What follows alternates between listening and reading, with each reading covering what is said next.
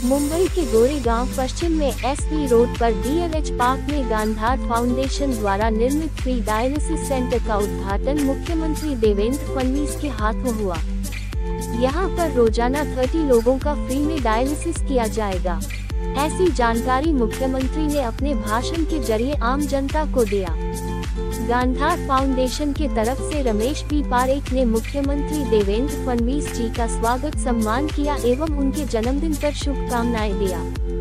Gandhara foundation की तरफ से मुख्यमंत्री सहायता निधि हेतु 21 लाख रुपए का चेक प्रदान किया गया। यह फाउंडेशन हमेशा सामाजिक कार्यों में अग्रसर रहती है। इस अवसर पर भाजपा आमदार योगेश सागर, प्रवीण भाव दिरेकर, विद्या ठाकुर, अतुल भातखलकर, डॉक्टर श्याम अग्रवाल सहित भारी संख्या में गणमान्य लोग उपस्थित थे। मी आलो पाहिजे असा मला आग्रह केला ते आमचे मित्र आमदार योगेश सागरजी, आपल्या गोरेगावच्या लोकप्रिय आमदार विद्याताई ठाकूर, आमदार अतुल भातखळकरजी, आमदार प्रवीण दरेकरजी, गांधार ग्रुप ऑफ कंपनीज के चेयरमैन श्री रमेश पारेख जी, डॉक्टर श्याम अग्रवाल जी, श्री समीर पारेख, संपूर्ण पारेख परिवार या ठिकाणी उपस्थित सर्व भगिनी आणि बंधूंनो, आज अतिशय समाधानाची गोष्ट आहे की गांधार फाउंडेशनच्या वतीनं पारेख परिवाराने या ठिकाणी एक मोफत डायलिसिस सेंटर सुरू केलं आहे। आपल्या सर्वांना कल्पना आहे की अलीकडच्या काळामध्ये वेगवेगळ्या प्रकारच्या व्याधी या मोठ्या प्रमाणात वाढल्या आहेत आणि त्यातच सर्वसामान्यांमध्ये विशेषतः किडनीचा आजार हा जरा जास्त प्रमाणात आपल्याला पाहायला मिळतो आणि हा आजार झाल्यानंतर डायलिसिस करावं लागतं, ते अतिशय फ्रिक्वेंटली करावं लागतं आणि त्याचा खर्च देखील मोठा आहे। मगाशी योगेशजींनी सांगितलं की त्याचा जो खर्च त्यांना म्हणजे कुठलंही त्या ठिकाणी प्रॉफिट न घेता 1150 रुपये येतो आणि खासगीमध्ये जर आपण बघितलं तर 2000 रुपये 2500 रुपये त्या ठिकाणी चार्ज केला जातो आणि म्हणूनच सामान्य मध्यमवर्गीय निम्न मध्यमवर्गीय या परिवारांमध्ये खूप एक अडचण तयार होते।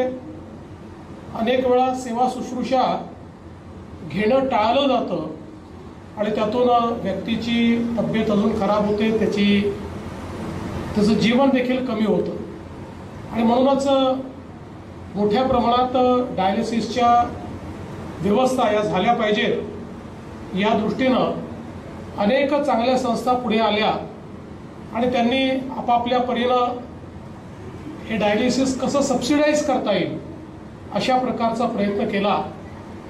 पण मला अतिशय आनंद आहे की गांधार फाउंडेशननी या ठिकाणी हे जे काही डायलिसिस सेंटर केलेलं आहे याच्यामध्ये रोज 30 लोकांना मोफत डायलिसिस देण्याचा त्यांनी निर्णय घेतलेला आहे। ही खरोखर अतिशय आनंदाची गोष्ट आहे। यामुळे गरजूंना खूप चांगल्या प्रकारे परिणामकारकरित्या त्या ठिकाणी मदत मिळेल। योगेशभाईंनी जे सांगितलं ते खरं आहे की शेवटी सेवा ही महत्त्वाची आणि व्यक्ती आपल्या जीवनामध्ये आपल्या व्यापारामध्ये आपल्या मेहनतीने मोठा होतो, मोठ्या प्रमाणात संपत्ती देखील तयार होते। पण खरी संपत्ती ही ज्यावेळी लोक आपल्याबद्दल 4 चांगले शब्द बोलतात आणि ज्यावेळेस आपल्याला लोक दुवा देतात त्याच्यापेक्षा मोठी संपत्ती जीवनात कुठलीच नसते। आणि मला असं वाटतं की ती संपत्ती कमवण्याकरता गांधार फाउंडेशनच्या माध्यमातून पारेख परिवाराने असे अनेक उपक्रम सुरू केलेले आहेत की ज्या उपक्रमातून गरीब आणि गरजूंना त्या ठिकाणी मदत मिळते आणि त्यांची दुवा ही संपत्ती रूपाने तुम्हाला या ठिकाणी मिळते। मला असं वाटतं की आपल्या संपूर्ण भारतीय विचार व्यवस्थेमध्येही आपण असं समजतो की समाजातल्या प्रत्येक व्यक्तीला जगण्याचा अधिकार आहे आणि त्याच्या जगण्याकरता व्यवस्था ही समाजाने उभी करायची। समाजातले दानशूर, समाजातले सिद्ध, समाजातले जे लोक संपन्न आहेत अशा लोकांनी समाजाचा विचार केला पाहिजे असं आपण आपल्या भारतीय दर्शन व्यवस्थेत नेहमी सांगतो। पण सगळेच असं करतात असं नाही आहे। पण निश्चितपणे पारेख परिवाराने तो निर्णय घेतला आणि वेगवेगळ्या उपक्रमांच्या माध्यमातून या ठिकाणी सामान्यांची सेवा आपण करता आहात। मी आपल्याला एवढंच सांगतो की आमच्या विद्यार्थ्यांनी सांगितलं त्याप्रमाणे या सेवेमुळे निश्चितपणे तुम्ही जे जे काही कराल त्या प्रत्येक गोष्टीत तुम्हाला भरभराटी मिळेल। ती प्रत्येक गोष्ट तुमची ही मोठी होईल। म्हणून सेवेचं हे व्रत तुम्ही असं सुरू ठेवावं। आम्ही देखील सरकारमध्ये आज महात्मा फुले जनारोग्य योजनेच्या माध्यमातून 5 लाखापर्यंतचा जो काही त्या ठिकाणी उपचार आहे हा महाराष्ट्रातल्या सर्वांकरता आपण मोफत केलेला आहे। त्या ठिकाणी कुठली त्याच्यामध्ये आता अट ठेवलेली नाही, कारण आपला प्रयत्न आहे की कोणीही उपचाराविना राहू नये, कोणी उपचाराविना मरू नये। आणि त्याकरता मला असं वाटतं की चांगल्या संस्था या देखील अत्यंत आवश्यक आहेत।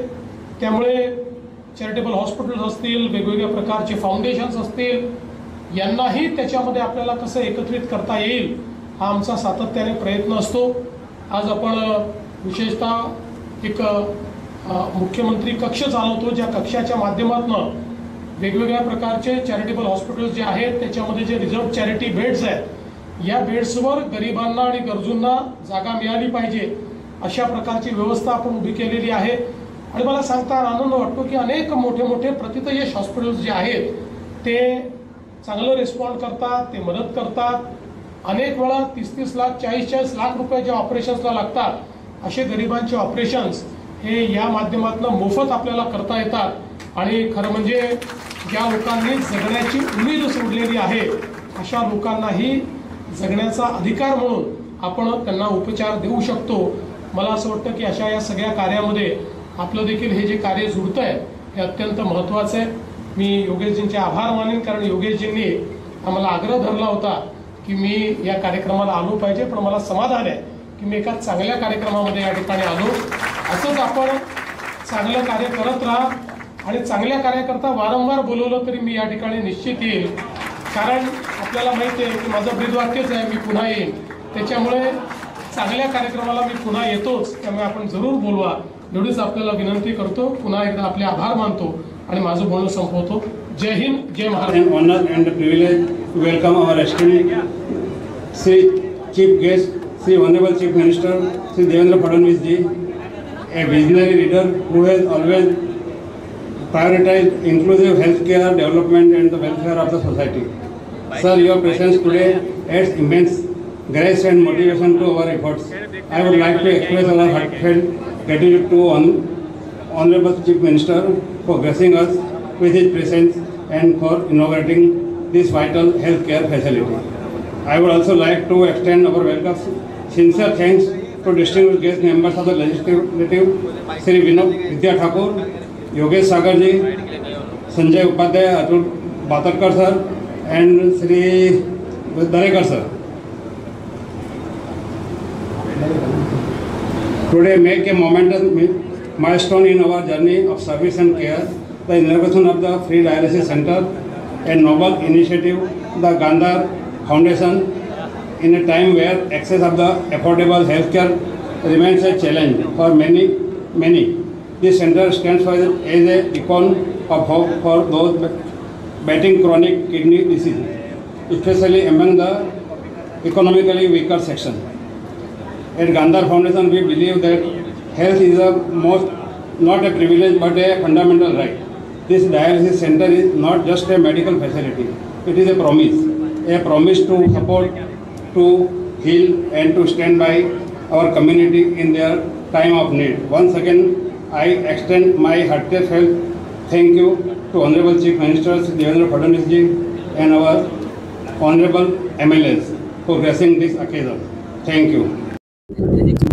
अलग तरीके से बनाया जाए कि मैं इतने सालों में सभी को ये हमेशा कहता हूँ कि जन्मदिन पर होर्डिंग्स और बैनर न लगाए, उसकी जगह कोई रचनात्मक कार्य करे।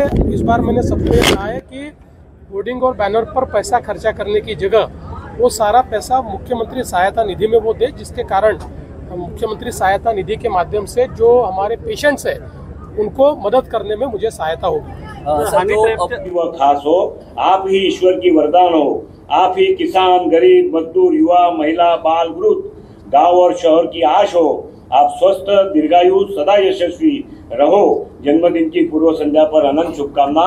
बहुत बहुत धन्यवाद माननीय मुख्यमंत्री जी का, गांधार परिवार जी का और मेरे भाई प्रवीण दरेकर जी का, जो आज यहाँ पर आए हैं। जहाँ जहाँ प्रवीण दरेकर जी जाते हैं वहाँ सब फूल जाता है, सब खिल जाता है। आप चारकोप में आकर के देखेंगे तो सेल्फ रिडेवलपमेंट के लिए सेल्फ फाइनेंस से खड़े करने वाली जो योजना उन्होंने लाई है, ये मुंबई कर को सबसे ज़्यादा उपयोगी ऐसी मिडिल क्लास की योजना है। माननीय मुख्यमंत्री महोदय के प्रयासों से, उनके प्रोत्साहन से ये काम किया है। मैं प्रवीण जी का भी बहुत बहुत धन्यवाद करता हूँ। भारत माता की जय, जय महाराष्ट्र।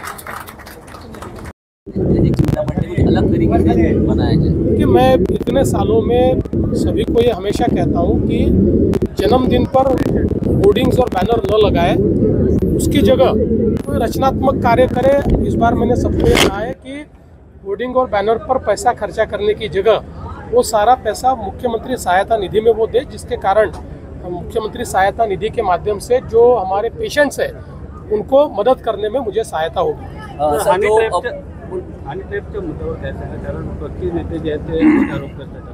आज संजय राऊत यांनी एक त्यांच्या माध्यमाशी संवाद साधताना फोटो दाखवला आहे लोढा